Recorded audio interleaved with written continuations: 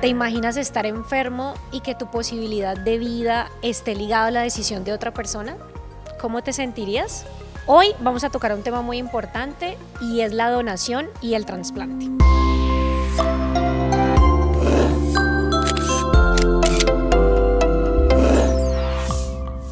Mi nombre es Tatiana Gil. Soy médica coordinadora operativa de donación y trasplante de la Fundación Valle del Lili. Hoy estamos en compañía del doctor Jorge Villegas, nuestro cirujano de trasplantes, y queremos hablar un poco acerca de la donación y escuchar qué conceptos o qué nos puede contar un cirujano de trasplantes acerca de la donación. Queremos saber un poquito, doctor, ¿qué pacientes o qué opciones tenemos en el país de trasplante? ¿Quién se puede considerar un paciente candidato a ser trasplantable en nuestro país? Hola Tatiana, muchas gracias.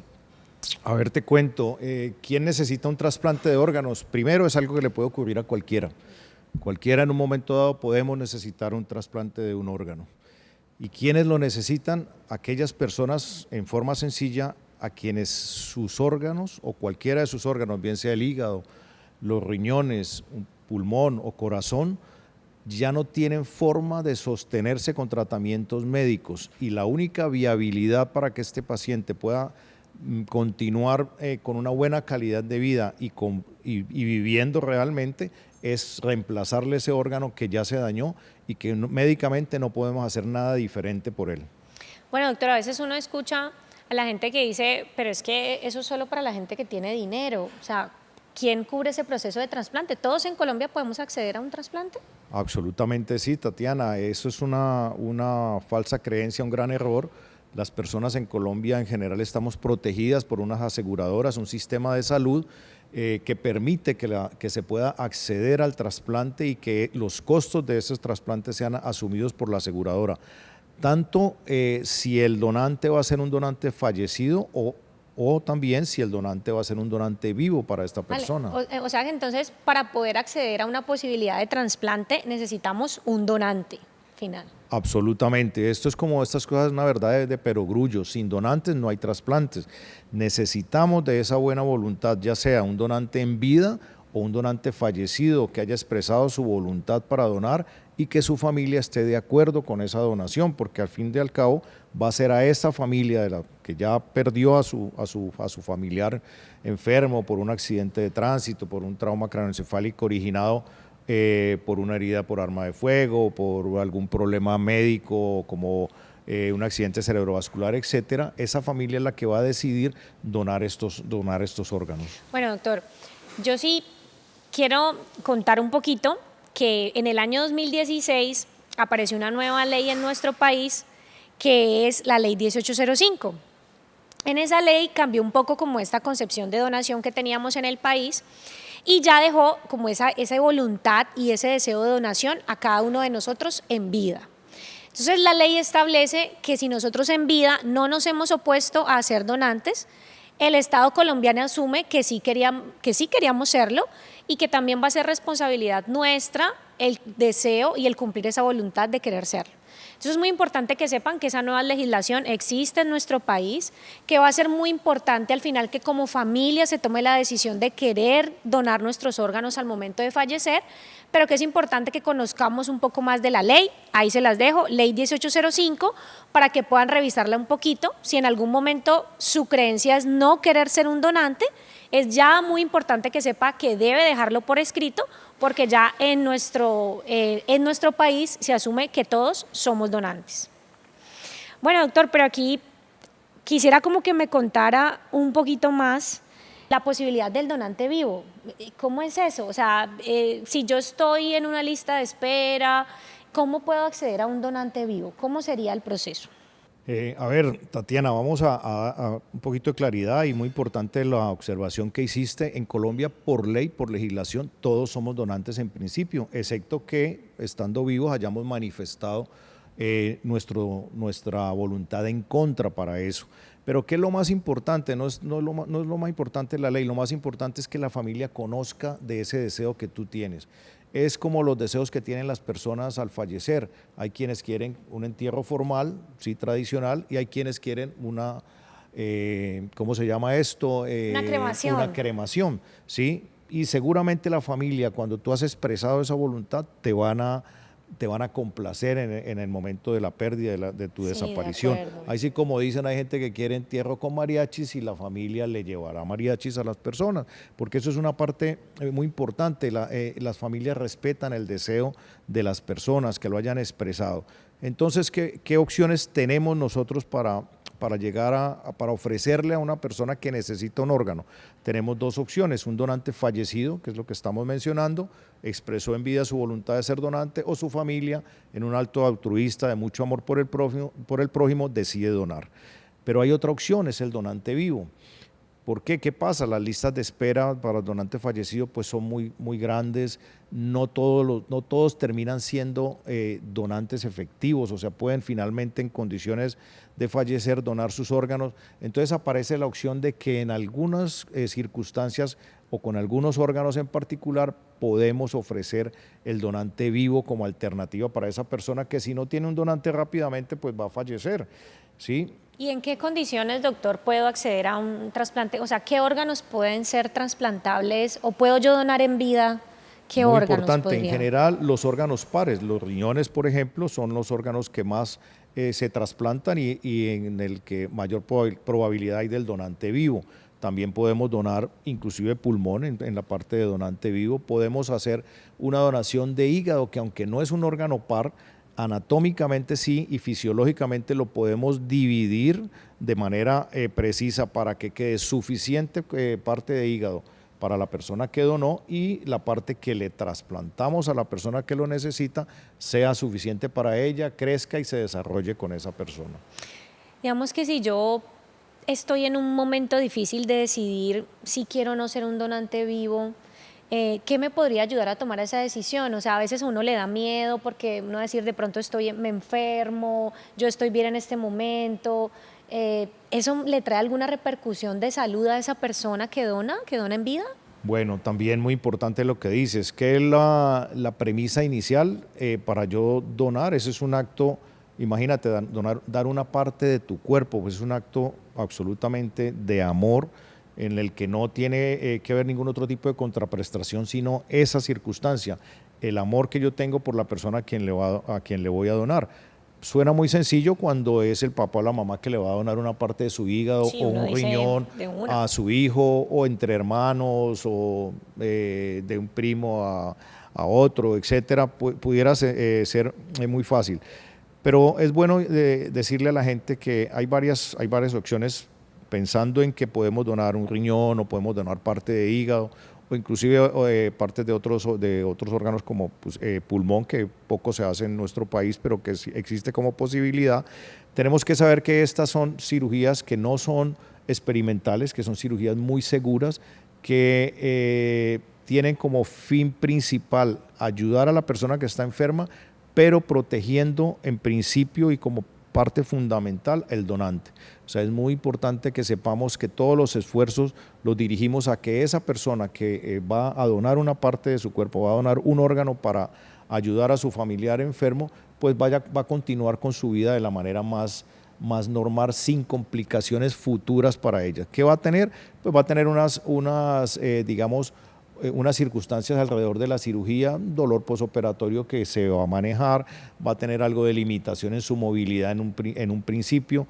Cada vez con el tipo de cirugías que se hacen tratamos de que los tiempos de incapacidad sean menores y poder ofrecer muchísima mayor seguridad a estas personas que están donando. En general, estos donantes, después de tener su periodo de recuperación posoperatoria, que va entre 15 días y un mes, dependiendo los métodos que se utilicen para la extracción del órgano, pues va a poder rehacer su vida en todo sentido, laboral, familiarmente, etcétera, de una manera básicamente y absolutamente normal, sin que vayan a haber implicaciones para su vida futura. Es decir, ninguna persona se enferma por haber donado, ninguna persona termina, si yo dono un riñón, no me voy a volver hipertenso porque doné el riñón, no me voy a poner gordo porque doné el riñón, no voy a terminar en falla renal porque doné ese riñón, eso no me pasaría, o no me voy a volver diabético porque doné el riñón.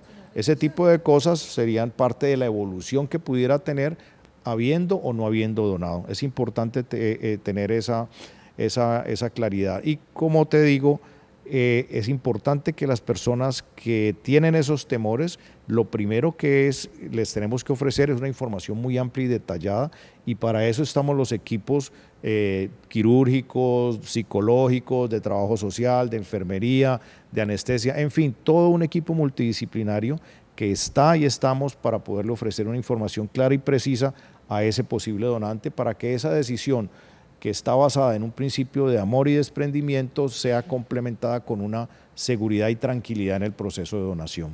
Siempre se hace un acompañamiento por parte de la unidad de trasplantes, ¿no? Así como lo expresó, digamos, eso es un fuerte y nunca se les deja solitos, sino que siempre se acompaña en el proceso. Doc, a veces uno diría como, bueno, pero ¿qué beneficios tendría digamos, que yo donarle a mi familiar y no que él se quede esperando en una lista de espera, realmente como están las listas? ¿Qué beneficios tendría mi familiar o esa persona por la que estoy haciendo ese acto generoso? La parte fundamental es eso que tú dices, la espera. Cuando entramos a un paciente que está muy enfermito a una lista de espera por un órgano, bien sea riñón, bien sea hígado, en el caso particular de riñón hay muchas personas en una lista de espera, probablemente en nuestra institución hayan 350, 400 personas esperando, y la donación es muy baja. Desafortunadamente la donación de donante fallecido no crece, se mantiene muy plana, y los enfermos es una curva totalmente ascendente, cada vez tenemos más enfermos y los donantes realmente no crecen. Entonces, ¿qué pasa? Que yo no puedo saber cuándo voy a trasplantar a esa persona. ¿Qué implica eso?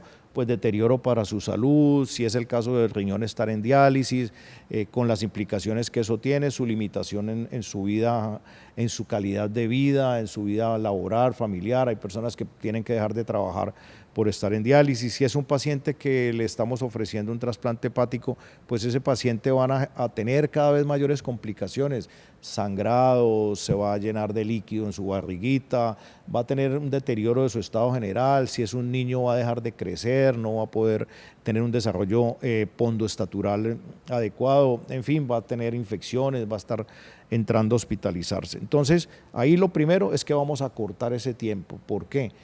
Cuando ofrezco un donante fallecido y tengo que poner una paciente en lista de espera, no sé cuándo lo voy a trasplantar.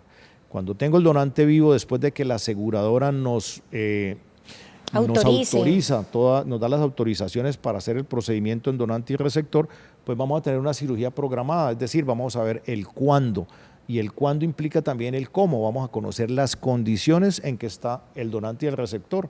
Es posible que cuando alguien está en una lista de espera lo llamemos porque tenemos un órgano para él y ese día ese paciente está enfermo, ¿sí? Pierde esa oportunidad, que es una oportunidad casi como ganarse una lotería frente a todas las opciones que hay. En el caso del donante vivo, no, vamos a poder programar una cirugía, lo vamos a llevar en las mejores condiciones, estudiado tanto el donante como su receptor para que lleguen en esas mejores condiciones. Hay otra cosa que se añade a eso, es que muchas veces vamos a tener compatibilidad, porque si la mamá le donó al hijo, pues vamos a tener la mitad de la compatibilidad. Posiblemente muy parecidos. Si son dos hermanos, la compatibilidad es muy grande. Si es un donante fallecido, esa compatibilidad pues difícilmente va a ser tan buena como es. Ahora, puede que no tengamos mayor compatibilidad porque puede ser el esposo que le dona a la esposa. Ahí puede que no hay más que compatibilidad que el compartir la casa. Esa sería la única compatibilidad que tendríamos, sí, ¿no? ¿Cierto? Una buena compatibilidad, sí, además, sí. Pero es una muy buena compatibilidad. Al fin y al cabo nos terminamos pareciendo con la pareja. Pero ¿qué hay de importante allí? Que cuando ofrezco un donante vivo frente a un donante fallecido, el donante fallecido implica todo un proceso, ir a rescatar ese órgano que puede ser de otra ciudad, traerlo a la institución, hacer una cantidad de pruebas con todos los pacientes que están esperando, y eso normalmente puede tardar 12, 16, 20 horas e incluso más, dependiendo de dónde hayamos traído ese órgano. En el caso del donante vivo no, lo estamos extrayendo en un quirófano a una hora determinada y 2, 3, como mucho 4 horas después lo estamos implantando en el enfermo. Ese tiempo en que ese órgano ha estado en frío, un tiempo muy corto en el donante vivo y un tiempo más largo en el donante fallecido, nos genera mejores resultados en todo sentido para el trasplante. El donante fallecido es una muy buena opción y es lo que tenemos como mayor herramienta y es la forma en que tenemos más órganos para trasplantar. Pero el donante vivo, a pesar de que no tenemos tanta posibilidad de ese tipo de donantes, pues definitivamente es un órgano de mejor calidad, digámoslo así. Claro, porque no ha por pasado los por tiempos. todo el proceso como de Exactamente. fallecimiento que tenemos en el país. Exactamente, no ha tenido todo el trauma que genera alguien que murió. Estaba tan malo que se murió. Entonces eso puede afectar en gran manera a sus órganos. Y fuera de eso, los vamos a tener que guardar en unos líquidos especiales, a una temperatura especial y todo esto, pero va a estar un tiempo largo allí o un tiempo más largo que el del donante vivo, lo cual de alguna manera afecta, en algún grado afecta su funcionamiento. También usted siempre habla como del esposo, de la familia. ¿Cualquier persona, allegado mío, amigo, puede ser mi donante vivo o debe tener algún requisito especial? También muy importante, aparte del requisito del querer dar como una expresión de amor hacia esa persona que lo está necesitando, pues es muy importante y ser muy claros en que en Colombia está totalmente prohibido que haya intermediación económica en la donación de órganos. Es decir, no puede haber un pago en medio de una donación. No puedo pagar por un donante bien sea vivo o bien sea fallecido. Nadie puede beneficiarse económicamente en ese tipo de proceso. La ley es muy clara en ese sentido. No excluye que una persona amiga, hermanos de crianza, que no son familiares directos, que tenga un vínculo de consanguinidad o emocional, pero una persona con un vínculo emocional, por ejemplo, esposo o esposa, pueden ser donantes sin que la legislación lo impida. Exactamente. Que es importante recalcar eso, que los grupos de trasplantes en general del país y en particular de nuestra institución somos extremadamente meticulosos en la evaluación de estos donantes, de cualquier manera. Primero, porque tenemos que proteger al donante en todo sentido, de que no vaya a tener complicaciones importantes en su salud y que ese proceso de donación termine siendo eso, un beneficio para el receptor sin perjuicio para ese donante. Y dos, que en ese proceso, en todo el medio de ese proceso, no hayan intereses diferentes al afecto grande que hay, al amor que hay y al deseo realmente de donarle a esa otra persona. Doctor, hablando un poco, recuerdo a veces cuando uno va y visita a esos pacientes, a veces uno escucha muchos mitos en ellos. Y a veces uno escucha, por ejemplo, del mismo paciente que está esperando en esa lista de espera que dice, pero yo cómo voy a aceptar un órgano de alguien de mi familia que me quiera donar, si digamos que hay algunos que dicen yo ya viví, yo cómo lo voy a aceptar, eso es lo que a veces uno escucha. Digamos que uno qué podría decir en ese momento o en otros momentos a veces en que dicen, pero es que usted es muy joven, ¿cómo se le va a ocurrir donar algo a algún familiar? Entonces a veces son mitos que tenemos ahí que uno escucha como, pero ¿cómo se te ocurre? ¿Qué le vas a donar a tu papá si tu papá ya vivió? ¿O qué le vas a donar a tu mamá si ella ya vivió lo que tenía que vivir? Digamos que ahí, ¿qué uno podría decir para apoyar a estas personas que están como en ese dilema? Bueno, y tú me contarás cosas que te ocurren cuando exploras las posibilidades del donante fallecido, pero ¿cuál es la experiencia? ¿Qué es lo que vemos? Las personas tienen temores, a veces el mismo paciente, el enfermo, tiene temor de que un hijo le done porque le puede pasar algo. ¿Qué es lo que pasa de fondo? Falta información y por eso la invitación que le hacemos a todas las personas sí, que están en una situación de esas es que busquen la información en el lugar adecuado. Cuando uno quiere comerse una buena empanada, pues va a un sitio donde hacen empanadas, no va a donde venden helados, uno va al sitio, a una buena institución donde hay un buen programa de trasplantes, donde se les puede y se les debe dar una información amplia, suficiente, aclarar sus dudas, explicar cuál es el proceso quirúrgico que lleva a esta donación y con eso muy probablemente y eso es una metodología que utilizamos en nuestra institución de dar una información muy amplia y continua, lo cual sin duda mejora la posibilidad y la tranquilidad de ese posible donante, que él llegue con un conocimiento claro de a qué se va a someter quirúrgicamente, cuáles son las expectativas, cuál es el beneficio para su familiar y que para él no debe haber un perjuicio que sea mayor a las circunstancias de tener un procedimiento quirúrgico. Es decir, que después de su recuperación él puede seguir haciendo su vida normal. Yo creo que lo más importante ahí, Tatiana, es que haya información. Pero me gustaría conocer un poquito de la parte tuya, que yo sé que es una labor muy, muy dispendiosa, de mucha consagración, y es enfrentar a estas familias que están pasando por el dolor de perder un familiar y en ese momento nos acercamos a decirle, oiga, ya se murió, ¿por qué no dona los órganos? Parece difícil, ¿cierto? Estoy en un dolor muy Sí. grande y viene alguien a pedirme solidaridad cuando probablemente mi hijo murió en una circunstancia violenta, etcétera.